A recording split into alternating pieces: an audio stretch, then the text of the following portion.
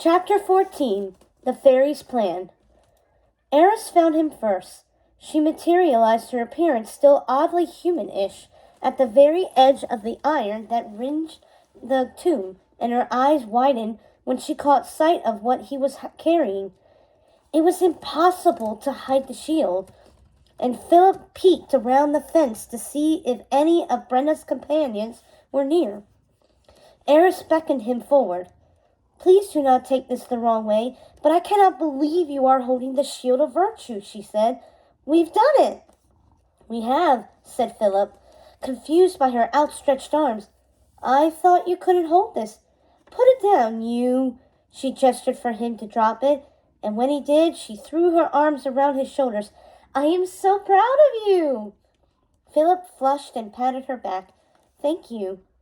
He didn't know what to do with the light-hearted joy inside him, and as much as he loved her words, he hated how happy they made him. He couldn't recall having been this happy in years. Eris pulled away. "Let's get out of here." They reached the meeting point a few moments after the others.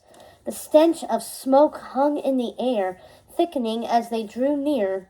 Joanna was doubled over, her hands on her knees, and Frank patted her back every few breaths Joanna took. Smoke still spiraled from Poanna's mouth as she sneered down at Joanna. "I said I would take care of it, and I did," said Poanna. "The get out of my way was implied." "I don't think you know what implied means," Joanna said, straightening up and groaning. Her gaze landed on Philip. "No way!" He held up the shield. "Your confidence staggers me." The two fairies turned and Poanna's jaw dropped. "I cannot believe the plan worked," she said, licking the ash from her teeth. "Well, I must eat my words, Eris. And I am sure they are bitter and sharp." Eris bowed, and then gestured to Frank. "We should leave before anyone comes after us." "Doubt they can," said Joanna. She hugged Philip and frowned when her hands came back oily. "They'll be putting out those fires for ages." "Oh, no," Poanna said. "My fires do not go out. What would be the point of that?" Philip shifted his grip on the shield so that he could stand next to Joanna and Frank and said, "I guess that counts as a distraction." "Faster we leave, faster we could celebrate," Frank applauded, cackling, and clapped Eris hard on the back. "Oh, she'll be so pleased." Philip shook his head, his brows knitted in confusion. "I didn't do this for Princess Aurora." "Ignore her," said Eris sharply. "Frank, take us back." They returned to their camp with a flicker of shadow. Over an early supper, they discussed their plans for the upcoming 3 days. The curse would take hold on the 4th. Their celebration was small, though Poanna relented and let Frank tuck a red dahlia behind her ear. The fairies were certain that Maleficent would want to taste the fruits of her labors and witness Princess Aurora's succumbing to the curse. But they had no idea exactly when or how the curse would be triggered. There were no spindles in Altor, and no one knew where the princess was. It was likely the curse wouldn't happen after she was returned to her parents. So most of the plan involved waiting for that to happen. They would simply have to keep a close watch on the princess and fight Maleficent once the curse activated. There wasn't much else to do, given how uncertain it was. After a few hours of plotting and a solid hour of worrying, Philip yawned and Eris shooed him to bed. "What if Maleficent stops me before I can defeat her?" Philip asked, while fighting another yawn. "What does she do with people like me?" "People like you?" "Torture," said Eris. "People who talk as much as you? Instant death." "I take offense at that," said Philip. "I am a man of a few words." Without any bite, Eris muttered, "Not few enough." He laughed, but she scowled. "Magic is dangerous, Philip. Maleficent is dangerous even if you have the sword and shield." "I know," he said softly. "I'm not some guileless interloper who thinks he can swoop in and save the day. It's not that. I shouldn't..." She took a deep breath and shook her head. I'm afraid for you, but it can wait. Go to sleep. We'll talk in the morning. Philip lay back. He did need to rest, even if an empty hedge maze full of thorns and silence was all that awaited him. He missed Briar Rose. Talking to her and competing against her in the easy way they slipped into conversation, and he was still worried about her and her terrible isolation. There was no denying the anxious anticipation flooding his veins. He wanted to apologize for real, figure out why her aunts were so peculiar about her leaving, and talk to her. Briar Rose would probably kill him for getting to meet someone as legendary as Amos. Her curiosity would keep her from attempting to kill him immediately, though, and give them a chance to talk. He hoped. He couldn't remember ever before wanting so badly to talk to someone about their life and about his. Philip closed his eyes, and the weightless presence of the dreamwood took over. There was something darker in his sleep this time. Something he couldn't put his finger on, that made his neck prickle and his heart catch. He opened his eyes to the tall hedges of the maze. Briar Rose, he called out, standing and getting as close to one of the thorn walls as he dared. Footsteps neared the other side of the wall. Philip? There you are, he said inside. You deserve... He started, but she cut him off. I'm sorry, she said. She quieted, and he laughed uncomfortably. Thank you, said Philip, but you are the one who deserves the apology. I'm sorry about what happened last time. I took out my exhaustion and frustration on you, and that was unfair. Thank you, Briar Rose said. She hesitated. I heard you, in a dream, when you apologized while you were awake. Did you just walk around talking to no one, hoping that I would hear you? Yes, he said, but it wasn't really no one, because I knew you might be there. And that was the crux of it all. He couldn't be aloof and hide behind an oblivious mask if she might always be listening. He used to hate that she knew the worst of him, but it was a blessing.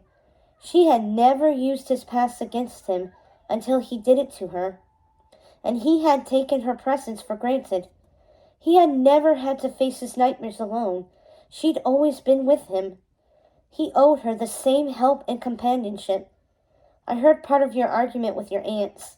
He stretched and tried to think about what would make her feel better. Why did you hide from me that you had never left? Surely you understand? He heard Briar Rose pacing. It's embarrassing. You're a knight who's been everywhere, and I've never left these woods. Each word sounded as if it ripped out another piece of her heart, and Philip tried to think of a way to make their terrible situation more equal. It's fine, she continued. I mean, it's not, but it's fine that you know. It wasn't fine. Nothing between them was. Philip slumped, running his fingers through his hair. His life was finally on the path he wanted it to take, but his dreams were still a mystery. Regardless of everything else, he didn't want to be her rival anymore. Why won't they let you go anywhere? He asked. She made a faint sound in her throat. Because it's dangerous, apparently, and I'm a soft, silly girl who doesn't know any better. So what if you're soft? You are never more terrifying than when you're caring for someone. You're many things, but silly isn't one of them. They shouldn't have dismissed you like that, said Philip, standing up. They were your only teachers, so if you don't know any better, it's on them. Our fight was my fault, anyway. I snapped and set it all off, and I am sorry about what I said. It was unfair of me. Thank you, she whispered. Do you want to talk about it? Asked Philip. We don't have to, but we made a lot of assumptions about each other. Most of what I thought I knew about you was wrong. You weren't wrong about some of it, she muttered. She took a breath as if about to throw herself into deep water. I don't think you ever realized how jealous I was of you. What? Philip had a lot of things. He knew that, and he knew he had access to even more But Briar Rose had never expressed interest in knighthood or any of the other typical things that came with nobility.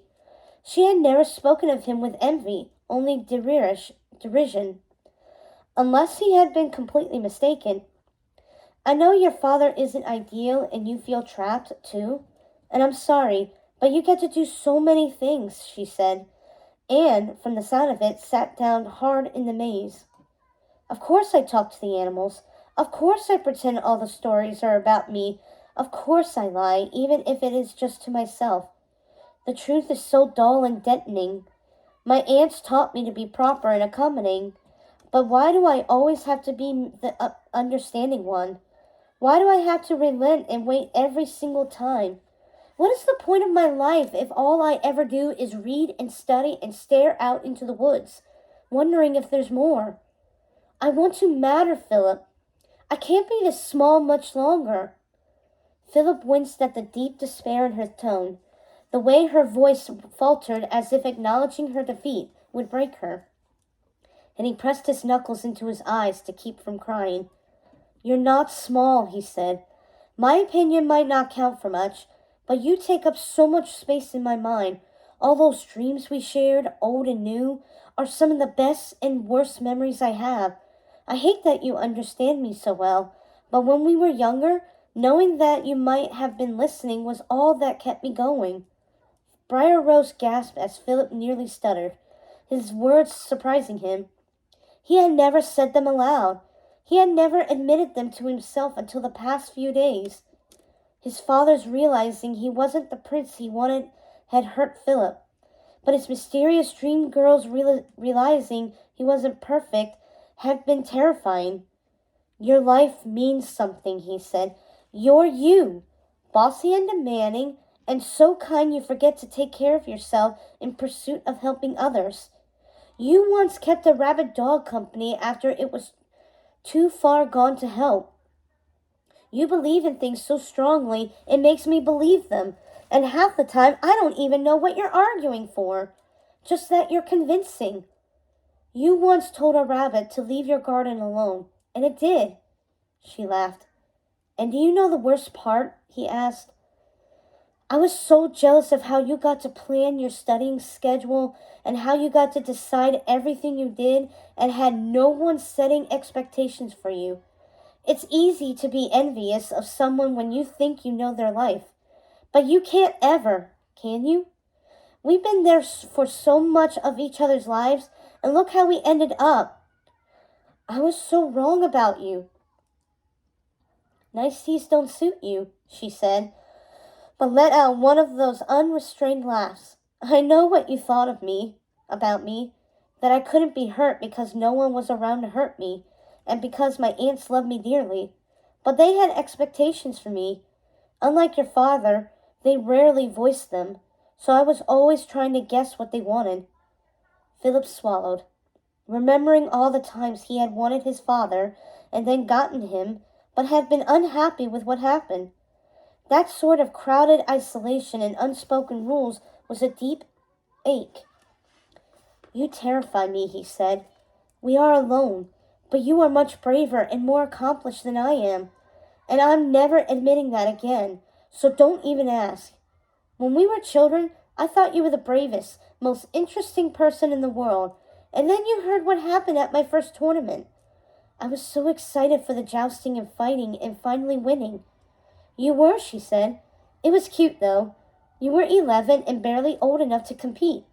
Only being able to hear things left me terrified. It was difficult to figure out what happened. Once it would have killed him to have her call him cute, but now it made him feel safe. He hesitated when he heard the steady draw of her breath. He must have been near a thin section of the wall. He crouched as close as he dared and listened to the rustle of her feet against the grass.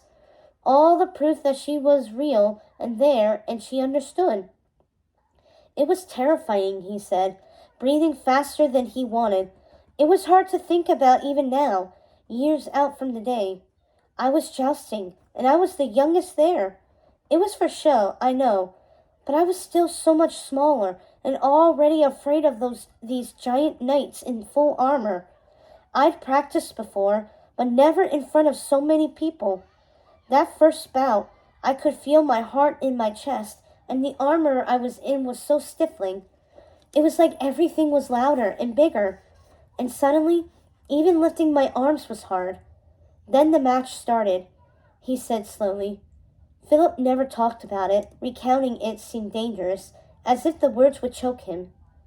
It had been raining that morning, and when I got knocked from Samson, I fell face first in the mud. One of his hooves landed on me, not hard, and he moved immediately, but the mud got into the armor. I couldn't push myself up, and every time I breathed, I gagged on the mud. I was drowning. The helplessness of being too weak and shocked to move, and being able only to struggle as Samson stomped around him, had lingered for years in the back of his mind. There was nothing like the powerlessness of waiting for your vision to fade completely. Philip shuddered and said, I could hear them laughing and talking while it got harder and harder to breathe. And then my father came over and picked me up by the back of my armor, dumped me to my knees right there in front of everyone, and told me to walk it off. I vomited while still wearing my helmet. I heard him say that, she whispered, but I didn't hear the rest. I did, but I didn't realize there was no way you could have figured out exactly what happened, said Philip. The story still made him taste bile and dirt. Philip covered his mouth, the familiar rage and grief welling up inside him until he felt like he would burst. Maleficent had been terrifying, but the realization that he would never be able to live up to his father's expectations had been far, far worse. No son of his would be cowardly enough to quit after getting knocked off his horse. That's what my father said. So I didn't see the point in trying to be what he wanted after that. Briar Rose took a loud, deep breath that made him feel worlds better, because if even she, someone who cared for everyone, agreed that his father was unfair, it had to be true. You were afraid I would think that you were a coward, she whispered. I don't now.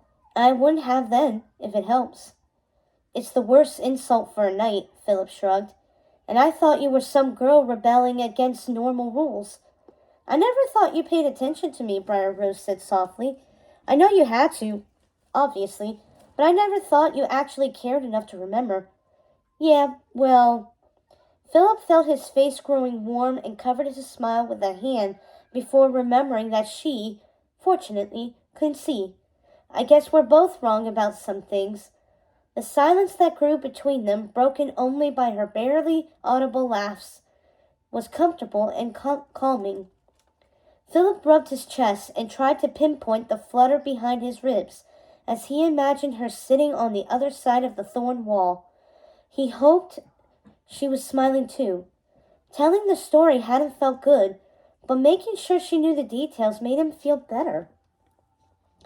For the first time, my life is in my hands, and you deserve the same thing, said Philip, pushing himself to his feet. Let's finish this. Something else, magic or fate or whatever, threw us together in our dreams. But we deserve to live on our terms. Me outside of my father's shadow, and you away from your aunt's overprotectiveness. The thorn wall crinkled, and through the thorns, Briar Rose whispered, What if you're the only person I'll ever meet? He took a left, but could still hear her. There was no running from this question. Then that's my gain, and your loss. But I don't believe that.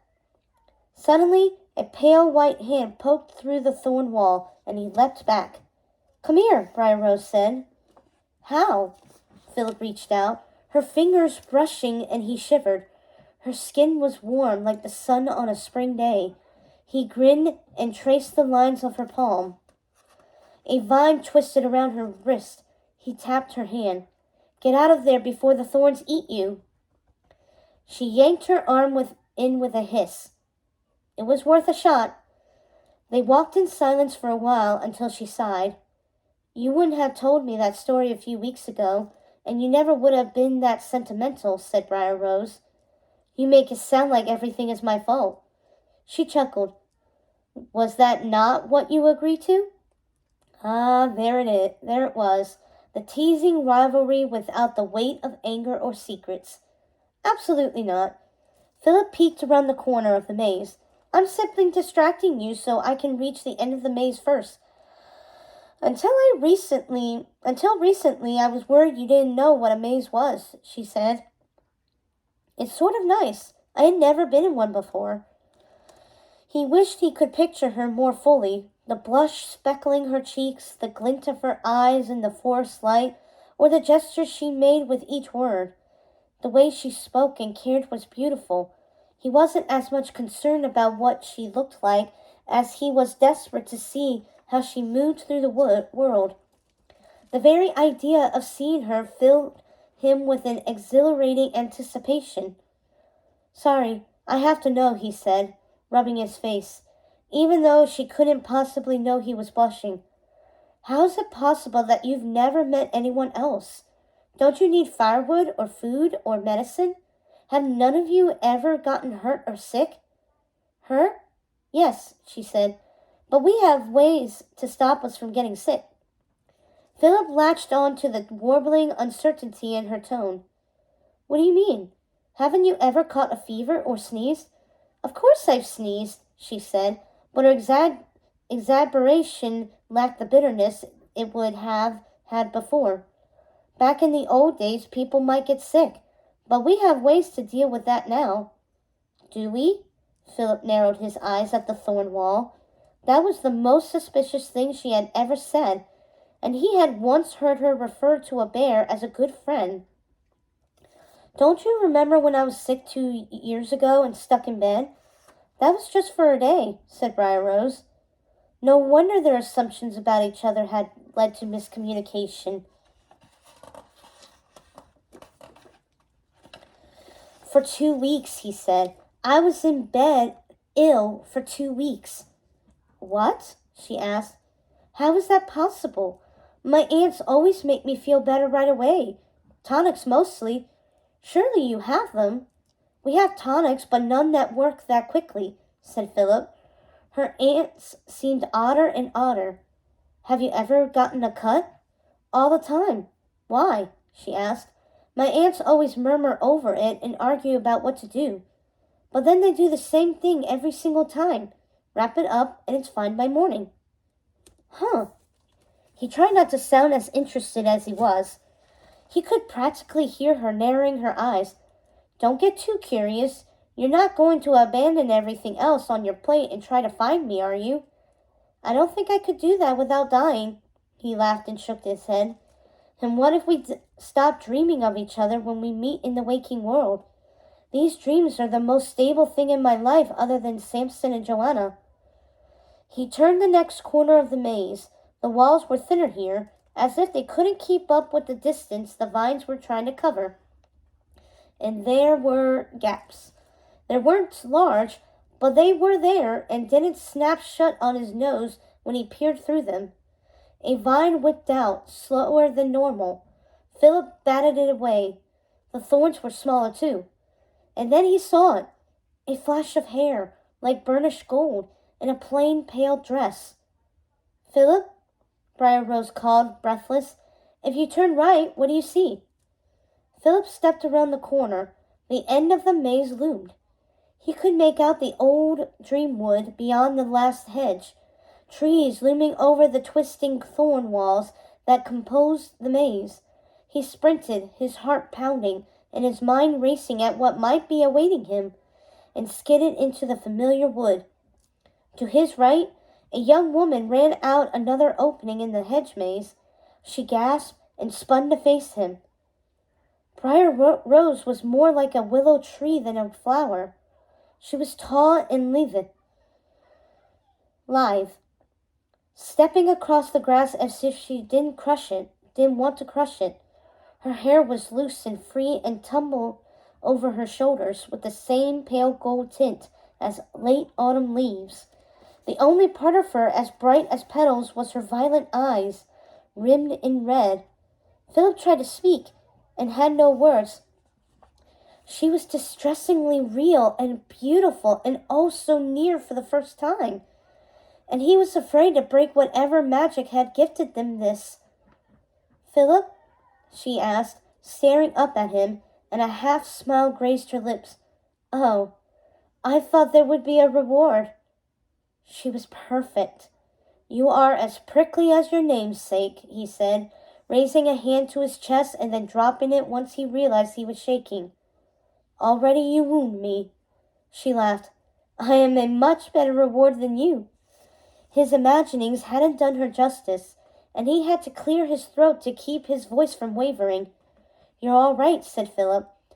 It seemed wrong to see her there, as if the dream would fade any moment, or she would vanish forever. Gingerly, he reached out one hand to her. You know I'm teasing, right? You're more than all right. Don't flatter me too much, she mirrored his hesitation.